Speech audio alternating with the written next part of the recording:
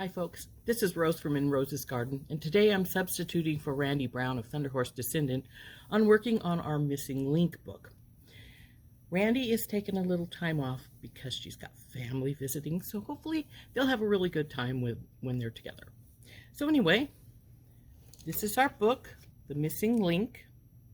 We're going to be working on the little orbits link on pages 42 and 43.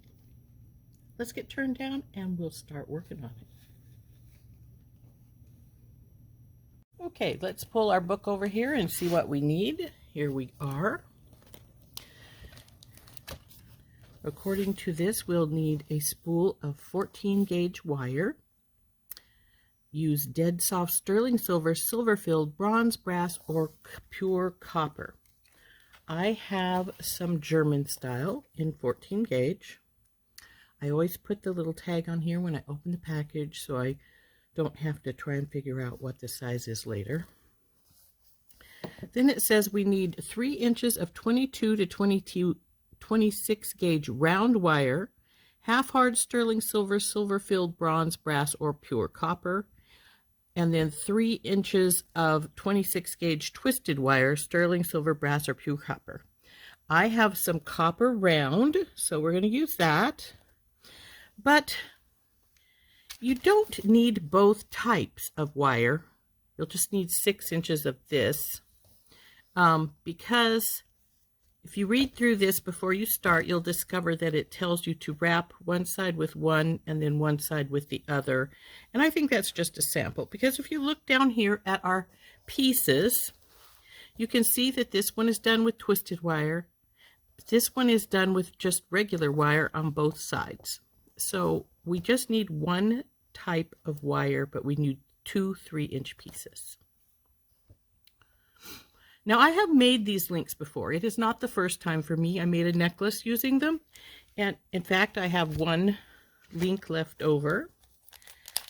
And I didn't have 14 in gold, so I probably used 16 on this. Oops, let's come back here, little guy.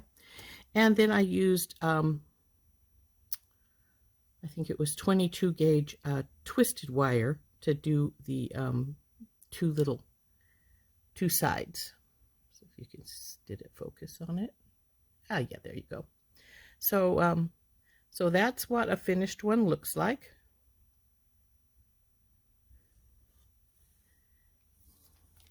So we'll put it back in its little bag. I had one left from the necklace I made, which is incidentally the necklace I have on. Let me pull it off and show it to you a little bit.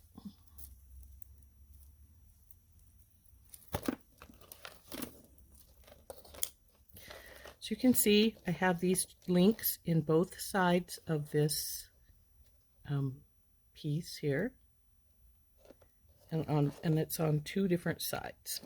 Well, actually, there's another link down here at the bottom as well. So there's a few of these links in it, 6, I believe. So this is how I used them as connecting links between pieces of this necklace. And I'll try and show that to you a little better later. Anyway, the other things we'll need are chain nose pliers,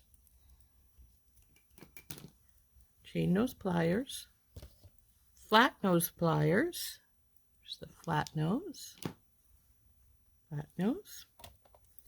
flush cutters, heavy duty. These were my regular beadle-on wire cutters, but I accidentally cut steel wire with them and divoted them up. If you can see it in the blades, there's some notches, so they won't cut regular beading wire anymore. So I use them on this bigger size wire. So a little tip I was going to give you: if you don't have some heavy-duty cutters, if you have a Harbor Freight near you, they sell a flush cutter. This one's pretty nicked up too, because this is the one I normally use on any heavy-duty wire other than memory wire. I have regular memory wire cutters for that. But these flush cutters at Harbor Freight are only, I can't remember, for $3.99 or $4.99, but very cheap. So if you ding them up, you're not likely to care as much, unlike the $40 ones. So anyway, little thing you can do if you wish to. Sharpie. Now where'd that Sharpie go? Sharpie. A chasing hammer. Here's my chasing hammer. A brass stamping hammer. I just have I'm going to use this little ball head for mine. I do have a brass hammer, but texturizing hammers are optional. Brass stamping hammer is optional, and decorative metal stamps are optional. You need a steel bench block. And as far as I'm concerned, these next 3 items are also optional because you're not going to use them. I don't use liver of sulfur, and that's what this is calling for. Liver of sulfur, steel wool, and rotary tumbler. I don't use any of those things, so as far as I'm concerned, they're optional. And a ruler. So let's put this stuff all aside and get started with step 1. In step 1, it says, working from the wire spool, wrap the 14 gauge wire around a Sharpie to form a jump ring. See page 25. Flush cut the ends of the wire so that the ends meet. Okay, this is a really simple step. And if you want more than one of these rings, you can, at this time, wrap your Sharpie however many rings you want and cut them all rather than doing them one at a time. Makes it easier. So let's get the Sharpie and the wire out and let's do that step. So here's our wire. Here's our Sharpie. I'm thinking I'm going to make some earrings out of mine, so I'm going to make 4. So I'm going to wrap it 4 times. Let's get this out and straight some. Now, as you can see on the end of this wire, it's got like a V notch on it. And that's because when I cut it with the flush cutters, I was cutting for the opposite direction. When you want a flush cut, this is the flush side. This is going to make a V notch on this side. So if you want that flush, put that in. You don't need to put very much in because we just want to square it off and cut that piece off. And let's get rid of the little piece. There we go. And as you can see now, it's flat across that end instead of having that little V notch anymore. So let's wrap this around the Sharpie. Now, I had somebody the other day, I can't remember who it was, suggest that when you're wrapping, put the wire into the groove that's formed when the cap and the pin come together. And that way you can hold it tighter easier. So let's just wrap this around.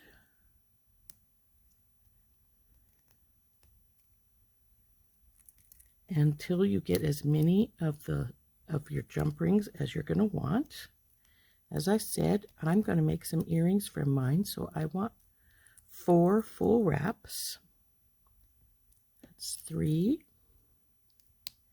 And then the next one around will come to about where this one ends. And we want to get this one pushed down if possible. And if you can't get this to push down because it is a really heavy wire, just take this and cut this excess little bunch off. And when you're cutting, be careful that you don't cut yourself. I have done that before. It's no fun.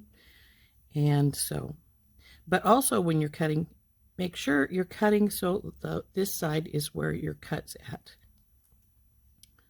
So let's cut that. Okay, and now we're done with this. We just have to pull these off the Sharpie. Now we're going to cut these.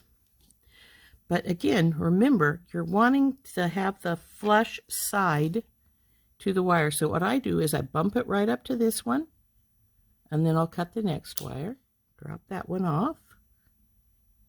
Again, bump it up to that one. Cut the next one off. And so on till you're done with cutting your loops apart. Now, as you can see, this one is longer than I needed it because I didn't cut that. I was cutting it for the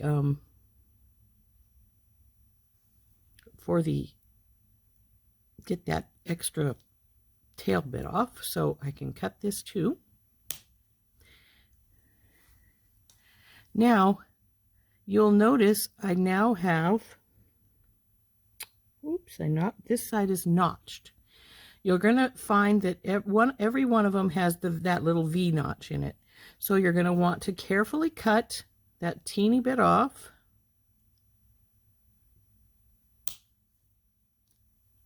Of each of your rings. And if you've only made one, that's fine. You won't have to cut it off any but the one.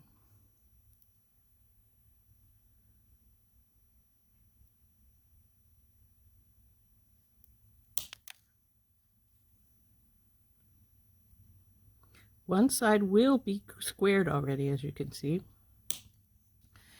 Now that you've got those cut into a nice jump ring, you'll need to take your pliers and work these loops back together because they are going to pull apart. And when you cut that extra little bit, there will be a little extra bit there. So let's bring our pliers in, and we're going to work these just like you would a regular jump ring that's pulled apart some. Just take either side and grip and then work back and forth until they come together. And you'll know when that happens because they'll make a little scraping sound as they come together. Now this one wants to be a little open, so we're going to work it a little bit more. Okay, this is the one we're working on. I'm going to put these three aside because we don't need I won't need those to show you what we're doing. So we're just going to be working with this one that I have pulled together. So let's get our book back out and see what step 2 is. Okay. Flatten the ring with the chasing hammer on the bench block. If the ring opens from being hammered, reclose the gap with the chain and the flat nose pliers, and hammer with the texturing hammer or decorative stamps and a brass stamping hammer if desired. And so let's put this aside, get our block out. Now while I'm showing you this, I can't put this block where I normally do because it's way off to the side, but I was told when I was learning how to do this to put the block, if you can, over one of the legs of your workbench, because that way you've got that extra support and you won't bounce so much like you would on the regular one. Anyway, so here's our ring, chasing hammer. So we will just get this flattened.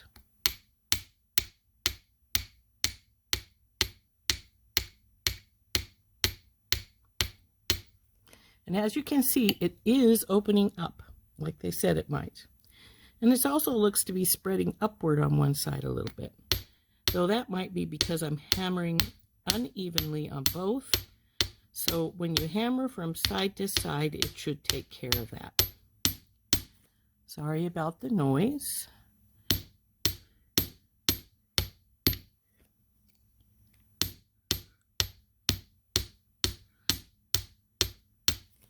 When you get it as flat as you want it to be, then we'll take our, you can take your decorative stamps. I'm going to take my little round hammer, and I am going to put some little bumps in it.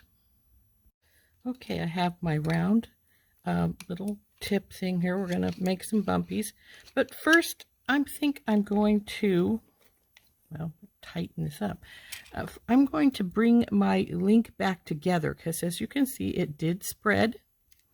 And it's probably going to spread again when we do this, and I'd just as soon have it already back so it doesn't spread so much. So let's just work it back and forth until you get it into place. There's that scrape. And I'm going to get my other chain nose because this needs to lower just a bit.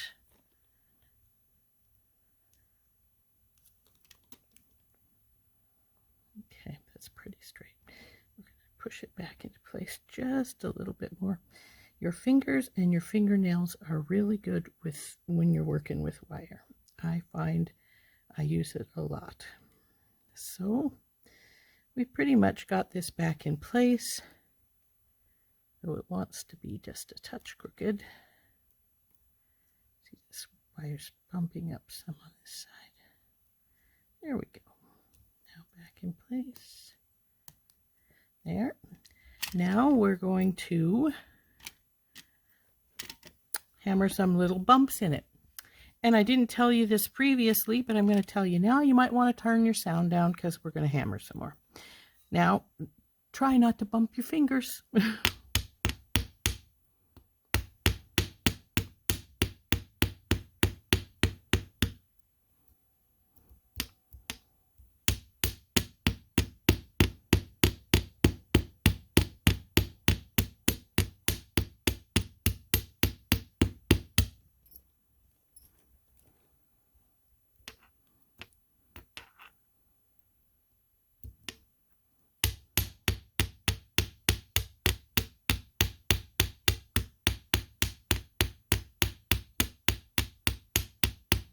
Now, of course, I'm ready to turn her over and make some bumps on the other side so we're consistent.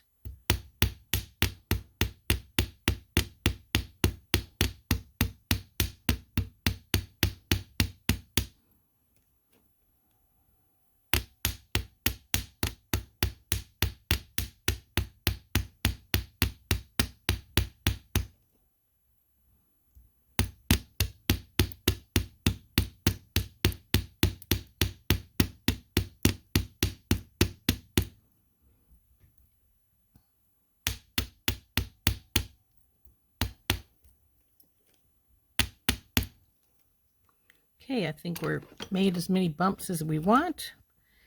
And now, actually, this one didn't pull apart too bad.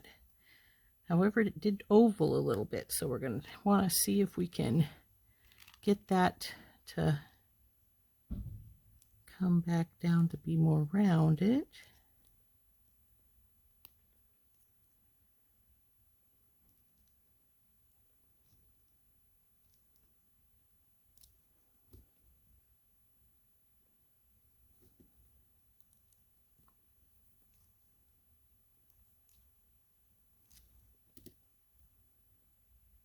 I think that's looking pretty good. So we can put our bench block away and start our next step. Okay, now that we've got the ring, let's see what the next step is. And we are on step 3. Wrap 3 inches of 26 gauge twisted wire around the cut ends of the ring, concealing the split. Continue wrapping the wire around the side of the ring, pulling it tightly with chain nose pliers. Trim the wire and press down the ends with the chain nose pliers. Now, in the tips over here, it says, wraps can be coiled neatly or wrapped repeatedly over the previous wires for a more organic look. Using contrasting wires is eye-catching and will yield many different styles. Any fine gauge wire can be used in step 3. From 22 to 26 gauge wire, including twisted wire. Now, the step 3 calls for 26 gauge twisted wire around the cut ends, but the tip says any fine gauge wire can be used in step 3. And so we're going to use a copper wire. That's the copper round. We're not going to use the twisted. And so let's get out our round copper wire, and we'll do that. And incidentally, here's the picture in step 3. Let's see if I can get it to so you can see it. There it is, to wrap the wire around. So let's put the book away and get the copper wire out and start making our wraps. We're going to use this 24 gauge copper wire to wrap because I like the contrast of it with the silver. So we need to get, and besides that, see, the coppers came out a little bit on the edges when we worked it. So anyway, we're going to get the 3 inches it wants. And frankly, if you feel uncomfortable with 3 inches, cut a little more. It's wire. It doesn't cost a lot. Well, it's starting to cost a lot more than it used to. But it won't hurt anything because you're going to cut off any excess anyway. So I'm going to cut a little bit more than 3 inches. And then we're going to start our wrap.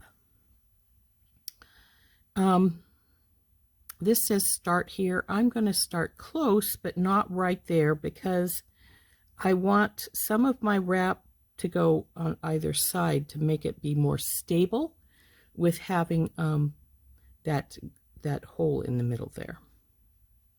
So we'll start here and just start wrapping. Now, when you get to the split, you're going to want to hold the ring tightly with this hand to push it together, because the wire is going to try and go through that split. So what you'll want to do is hold it, and you don't want this one loose because it will try and spin. So hold it like this so that they're pushed together as you're pulling your wire around. Like I said, that's trying to spin, so we want to hold it in our finger as we're holding those together. So, and it wants to come out from under my finger. So hold this together while you wrap this around. And you can wrap it around. You'll want to be at least 3 or 4 wraps on either side of the split. It doesn't say that, but I find that's the most secure when I'm doing wire wrapping. And you could use all your wire up to do the side if you wanted to, or less, just to make sure, like I said, you want 3 or 4 wraps on either side of that split so that you've stabilized the split. So I've got this much done, so now I'm going to move it to the other side, and you can see the split is still right there at the front. So we got to wrap this one, so we still need to push these together so it can't get through that split, and then just wrap this side up.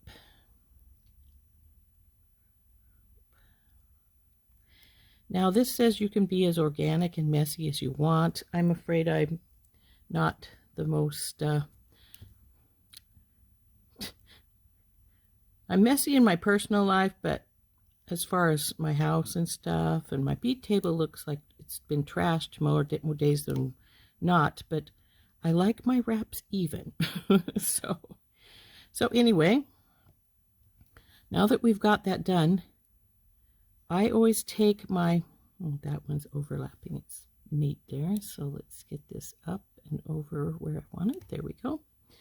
Take my fingernails and push the wires together so that you can't tell where the gap is at, and the gap is still showing. So let's push these together a little more, and there we go.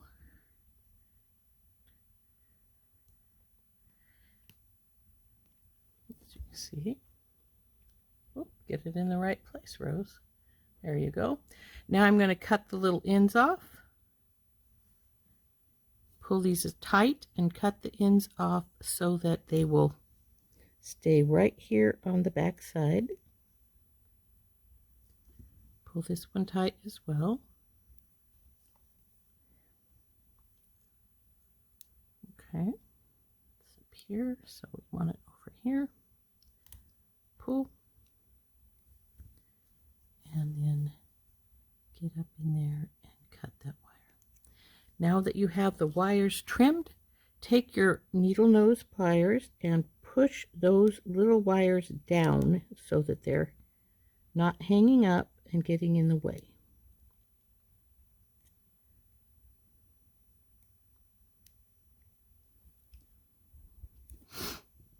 And again, I'm going to use my pliers this time to tighten those circles up so that they're good and tight there on my ring. So this is one side done. Now, if you'll recall from my reading, we're going to do the exact same side, the same thing on the other side to make this. This is closing the link. This one is decorative. So let's get some more wire cut and we'll wrap that other side. Okay, as we said, step 4 is repeat step 3, wrapping 3 inches of round wire around the side of the ring opposite where the first wraps were made. So let's get to doing that.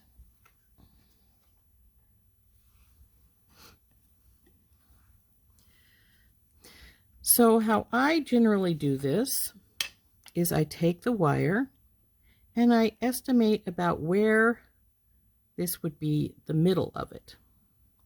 Now this time you don't have to hold your ring because it is already, the split is already taken care of, so you just wrap it around your ring as many times as you feel that you need to. Now mine are coming apart, so use the fingernails to tighten them up. And if you need to, because when your tails get small, like I did on the other side, you can take your chain nose pliers and take your wire and pull it through for yourself. Makes it much simpler when it gets small when you do that, so that you're not trying to do something that's just doesn't want to happen. So then let's finish this side now, since I've got that one done.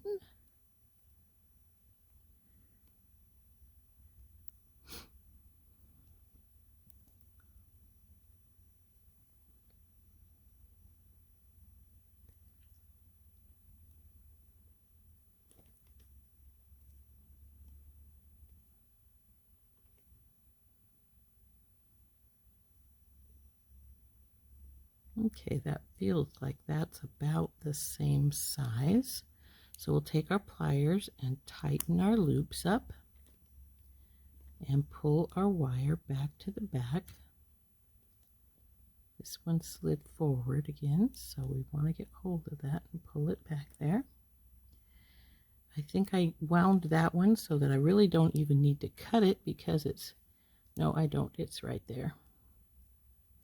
And we'll cut this other side here.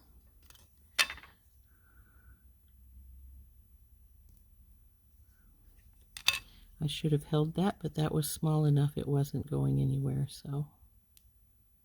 Oop, I didn't cut enough. It wants to come over to the front still, so pull it back a little bit with your plier and trim just a touch more off. And then bring it back with your plier again and tighten it up.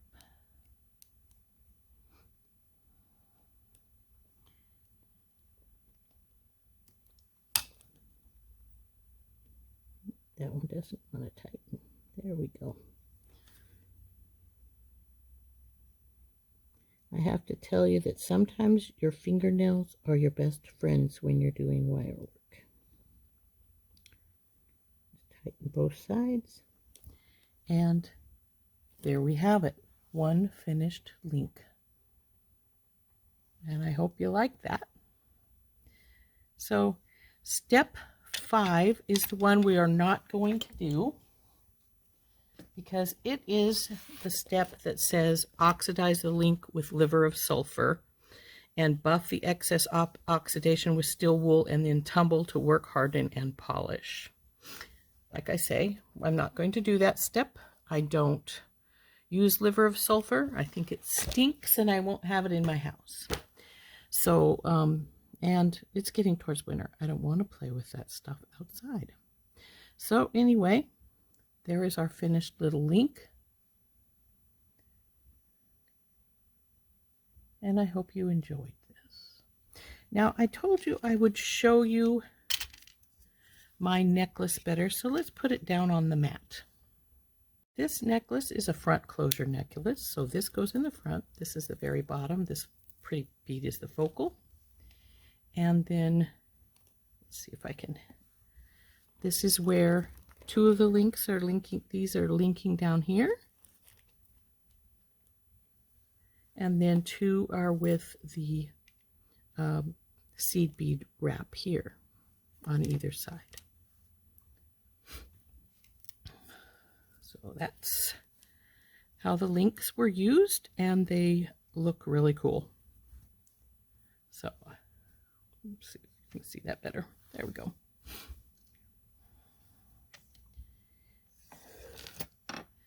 So now I am going to make the other 3 links, and we'll be done but we'll do that off camera, so you don't have to watch me do it. So this has been Rose making our little missing link, which is the little orbits link. Sort of hard to see it up here because it's pretty tiny. Let's get my hand behind. There we go. If I can get it up so it will focus there. There we go. So that's our little orbits link, and they'll work really well. I'm going to make some more of these and link 2 of them together to make a pair of earrings, and maybe I'll show you those later. I'll see you later. This was Rose from In Rose's Garden for Randee Brown of Thunderhorse Descendant. Bye-bye.